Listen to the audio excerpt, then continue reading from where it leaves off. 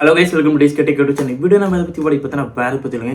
Team India 11 வருஷம் கழிச்சு உலக கோப்பை வென்றிருக்கு. 17 வருஷம் கழிச்சு T20 உலக கோப்பை வென்றிருக்கு. இந்த சந்தோஷமாக நியூஸ் உலகம் முழுவதும் கொண்டாடிட்டு வராங்க இந்திய ரசிகர்கள்.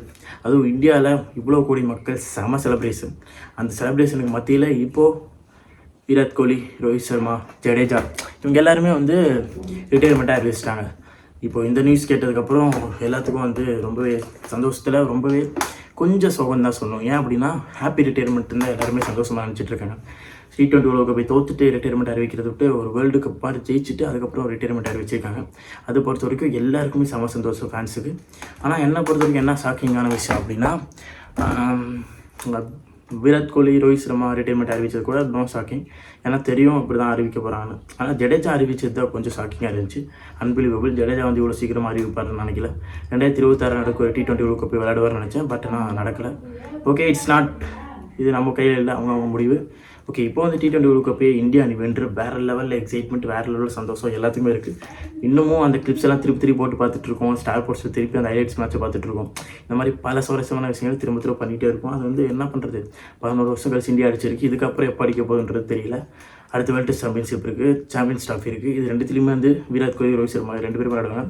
ஆனால் இப்போ என்ன பிரச்சனைனா திருப்பி எப்போ உலக கோப்பை அடிக்க போகிறான்னு தெரியாதானா நம்ம செலிப்ரேஷனில் இருக்கும். இப்போ விராட் கோலி, ரோஹித் சர்மா, ஜடேஜா 3 பேரும் ரிட்டையர்மெண்ட் அறிவிச்சிட்டாங்க.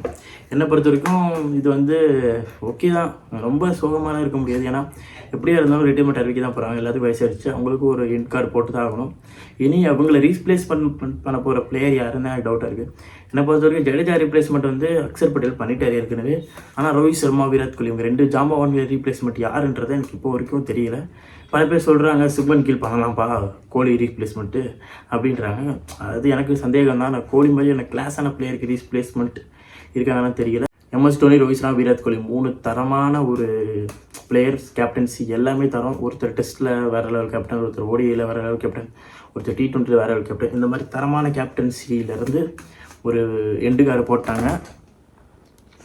இப்போது யார் அடுத்தடுத்த ஜென்ரேஷன் இனி வரப்போகிறது யார், அந்த லெவலுக்கு யார் இருக்கா, அந்த பொட்டென்ஷியலில் இருக்கக்கூடிய கேப்டன் யார் இருக்கா? வேறு ஹர்திக் பாண்டியாவை சொல்கிறாங்க.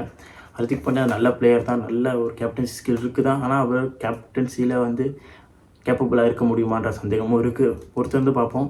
என்னை பொறுத்த வரைக்கும் கொஞ்சம் வருத்தம் இருந்தாலும் கோப்பை அடித்தது ரொம்ப சந்தோஷமாக இருக்குது. இதுக்கு நடுவில் எல்லாருமே சொல்கிறாங்க அவ்வளோதான், இதுக்கு மேலே நம்ம கப்படிக்க போகிறதில்ல, அது திருப்பி சோக்கு ஆக போகிறோன்னு.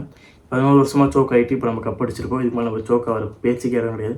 அடுத்து வேர்ல்டு டெஸ்ட் சாம்பியனும் சாம்பியன்ஸ் ட்ராஃபியும் தூக்குறோம். இதுதான் ரோஹித் சர்மா தலைமையில் கடைசியாக 2 ட்ராஃபி தூக்கிட்டு அவரும் ரிட்டையர்மெண்ட் அறிவிக்க போகிறாருன்றது சந்தேகம் இல்லை.